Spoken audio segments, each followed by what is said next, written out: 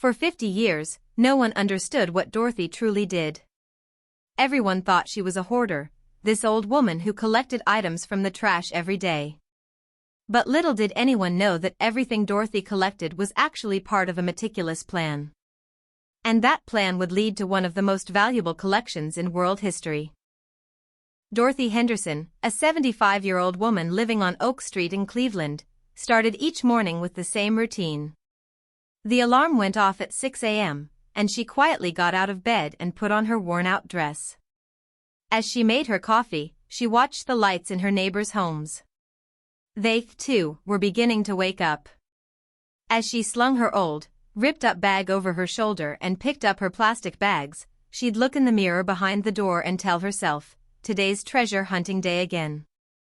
When she walked out the door, her neighbors would watch her from their windows. They'd shake their heads and murmur. "Here comes the trash woman," neighbor Janet would tell her husband. "She'll be walking around with those dirty bags again. This woman is truly sick." "Should I call the city?" her husband, Bill, would ask. "This can't go on." Dorothy heard their whispers, but she ignored them. She lived in a world invisible to others. She searched for treasure in every trash can, on every street corner.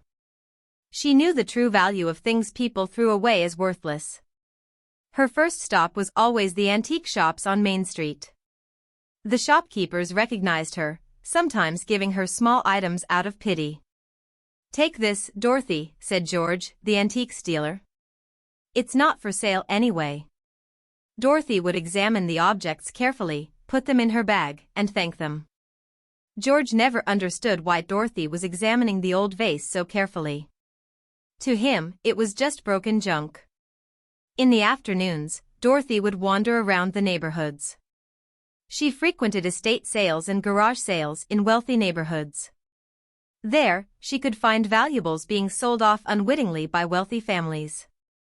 "How much do you want for this old jewelry box?" she would ask in a gentlemanly voice. "Oh, that old thing?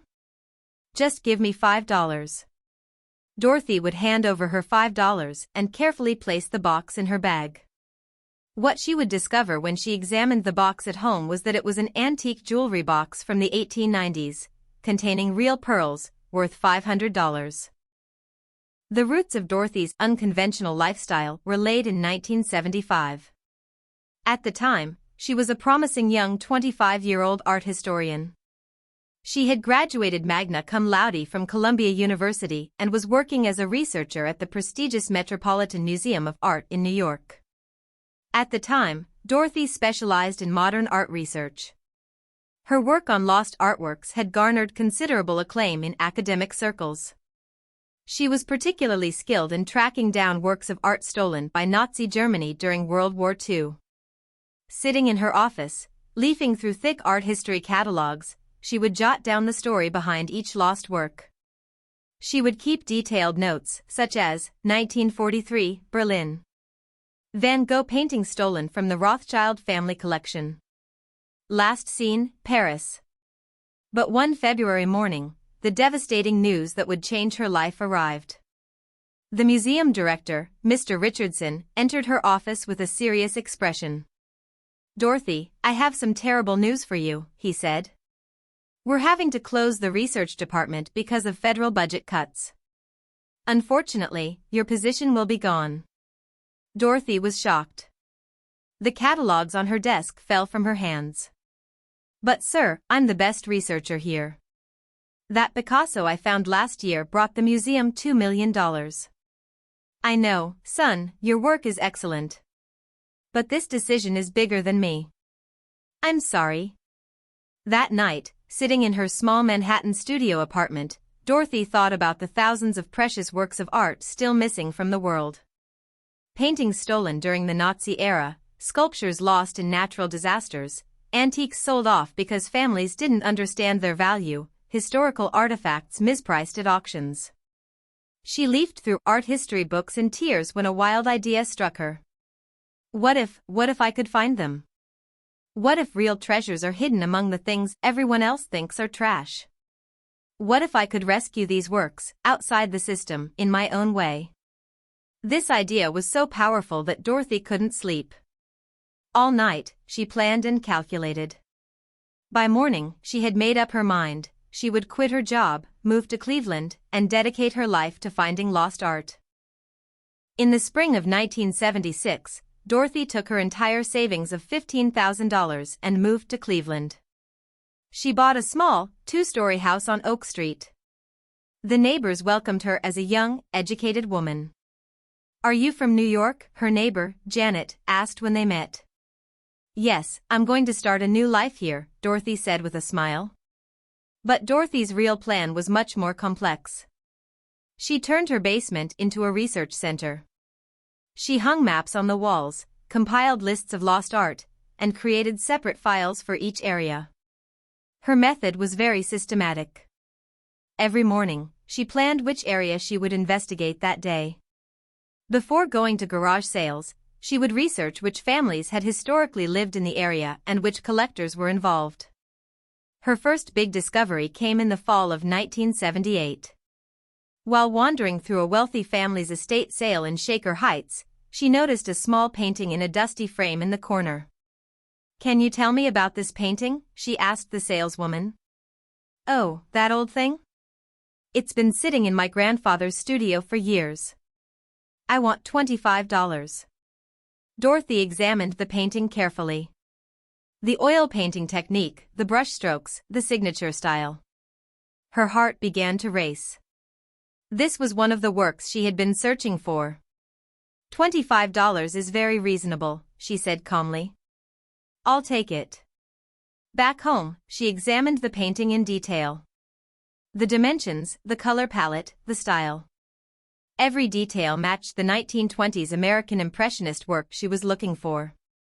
This painting had been stolen from a Jewish family's home in Chicago in 1943 and was valued at $180,000. This initial success proved to Dorothy that her method was correct. But a new problem also arose: where would she store these works? Initially, she tried to keep them organized. She prepared special boxes for each work and cataloged their identities. But as the years passed, the number of artifacts found increased, and the house gradually became a warehouse. For safety's sake, Dorothy couldn't tell anyone the truth. If it were known that she possessed so many valuable artifacts, thieves might target her. So she deliberately decided to keep her house cluttered. From the outside, it would appear like a pile of trash, but inside, it would hide real treasures. Dorothy had developed a complex system to protect her collection. Each room had its own code. The dining room was Area, American Artifacts. The living room was Area E, European Artifacts. The bedroom was Area, Asian Artifacts. She kept detailed files for each artifact. Its location, history, value, original owners, how it was lost, everything was meticulously documented. At night, sitting at her small desk, she would pore over these files with a flashlight. On maps hung on the walls, she would mark which artifacts could be found where. Red pins indicated lost artifacts, green pins indicated finds, and blue pins indicated items to be investigated. Every lost artifact is someone's story, she would murmur to herself. And I'm piecing those stories back together. But this secretive lifestyle was beginning to take a heavy toll on Dorothy's social life. Her friends had noticed her change and were becoming concerned. She was stunned when her old college friend Susan came to visit. "Dorothy, how did this house get like this? You used to be so organized." "I'm doing some research, Susan. It's temporary. But this is too complicated. It's unbearable here. Come back to New York with me, and we'll find you a job." Dorothy had politely declined. "Thank you, but I have work to do here." From that day on, Susan would only call and not visit. Over time, the phone calls became fewer and fewer. In 1985, Dorothy made the biggest discovery of her career. She was at an estate sale on the West Side, looking through the belongings of an elderly Italian family. The family patriarch had passed away, and his children were selling them off. Nana's collection of old paintings, said Tony, the patriarch. They're from Italy, but they're not valuable. I'll sell them for $50 a pop. Dorothy gasped when she saw the collection. These weren't just old paintings. They included 16th-century Italian works, Renaissance drawings, and even a few works from the workshop of Leonardo da Vinci. $50 is a very good deal, Dorothy said, trying to keep her hands from shaking. I'll take it. That night, as she examined the collection at home, tears welled up in Dorothy's eyes. These works were the legacy of a family kidnapped from Italy during World War II. Tony, the grandson of the family, had never known their value. The total value of the collection was $2.1 million. But Dorothy wasn't satisfied with that. She researched Tony's family history. She found relatives in Italy and learned the story behind the artifacts. Eventually, she decided to return some of the collection to their relatives in Italy. It's not just about money, she told herself.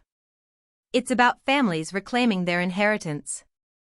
In the 1990s, the most surprising artifact Dorothy found was at a garage sale held by Mrs. Patterson, a local woman. The old woman was moving and selling everything. "How much would you like for this old watch?" Dorothy asked. "That old thing? It belonged to my husband's grandfather. Just give me $10. Examining the watch at home, Dorothy discovered it was a Swiss-made, gold-plated, handcrafted pocket watch from the 1880s. Its value was $15,000. But more importantly, the watch had an engraving on the back, "To Jonathan Hayes, friend of Abraham Lincoln." This watch was linked to a historical figure. As the years passed, Dorothy's passion began to take a heavier toll on her life. Her house became truly uninhabitable. Every room was filled with carefully catalogued, yet seemingly chaotic, objects. When her sister Linda visited her in 1995, she was shocked. "Dorothy, what's this? No one can live in this house. You're living among trash." "These aren't trash, Linda. Each one has value." "What value? Broken dishes? Old books?" "Dorothy, you're sick. You need treatment. You don't understand, Linda. I do a very important job. These artifacts, lost pieces of history. I'm protecting them. Dorothy, look at me.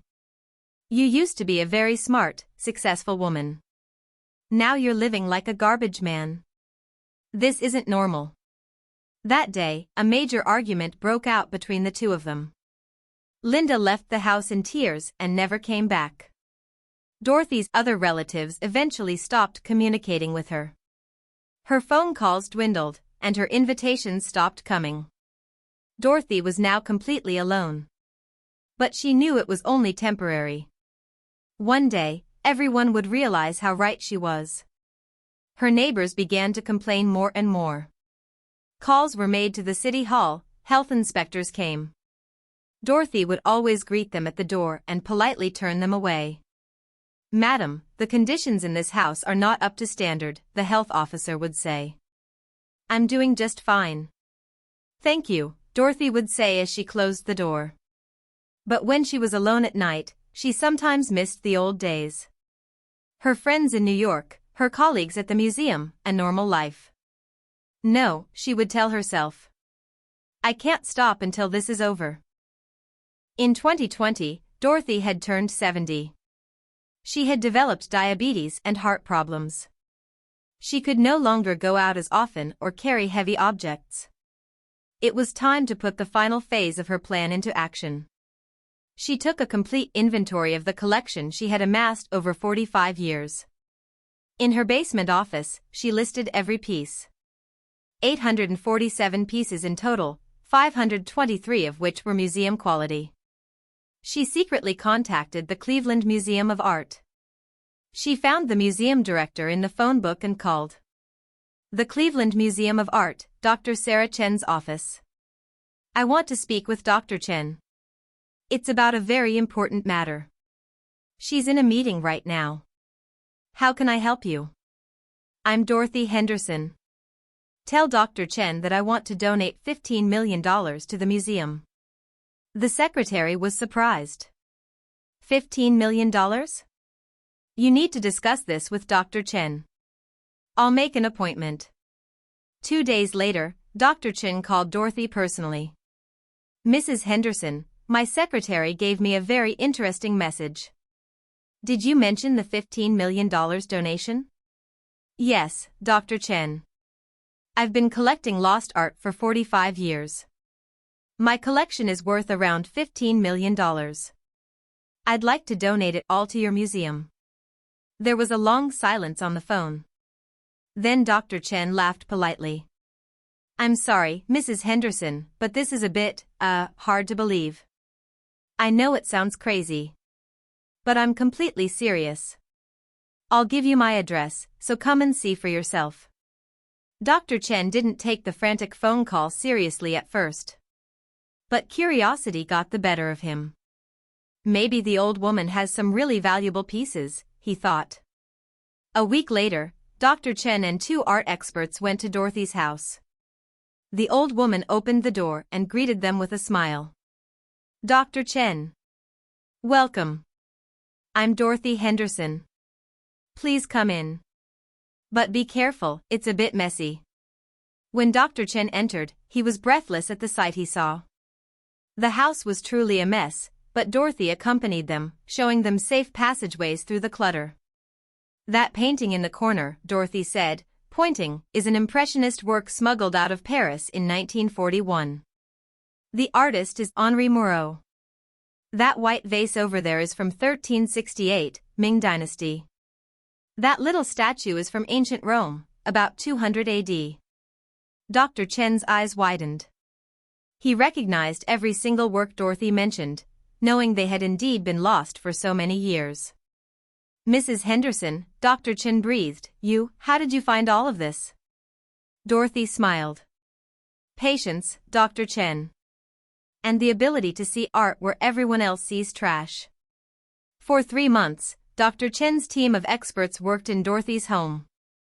Every artifact was carefully examined, X-rayed, analyzed, and evaluated. The results were astonishing. Dorothy's collection totaled 847 pieces. 523 of these were museum quality and 324 had significant historical value. The total value was estimated at $15.7 million. But the most astonishing part was that Dorothy knew the story of each artifact. She documented it all in detail, who stole it, where it was lost, how it came to market. Mrs. Henderson, Dr. Chen said on the day of the final evaluation, you are not just a collector. You are a guardian of lost cultural heritage. Tears welled up in Dorothy's eyes. After 45 years, finally, someone understood her. The donation ceremony became Cleveland's largest cultural event. The media followed Dorothy's story with great interest. Headlines about the trash wife's $15 million secret reverberated across the country. Her neighbors were deeply saddened. Janet, tearfully telling reporters, for 45 years, we called her the trash wife. But she was doing something valuable we could never understand. I wish we could help her. Dorothy delivered her final speech at the donation ceremony. For 45 years, I knew people called me the trash wife. But I searched for lost history beneath the trash. And I found it. This collection isn't just mine, it belongs to all of humanity. These lost works are now returning to their true homes. Future generations will be able to see them and learn their stories. Hundreds of people in the hall stood and applauded Dorothy for several minutes. In that moment, Dorothy felt that her 45 years of loneliness and sacrifice had been worthwhile. Today, Dorothy Henderson is 80 years old. She lives in a small, clean apartment near the Cleveland Museum of Art. She continues to conduct research and mentor young art historians. The museum established a special research laboratory in her name. And sometimes, as she walks down Oak Street, where her former home was located, she remembers those days and smiles. Because she was the woman who could see treasure where everyone else saw trash. And this rare talent brought her the greatest happiness and purpose in her life. Dorothy's story demonstrates that true value isn't always in plain sight, that patience and passion can work miracles. She didn't just collect artifacts, she preserved lost stories, forgotten heritage, and humanity's shared culture. Remember, she tells her still young students, not everything valuable is visible on the surface. The most beautiful treasures are hidden in the most unexpected places. And they will surely reveal themselves to those who truly seek, to those who are patient.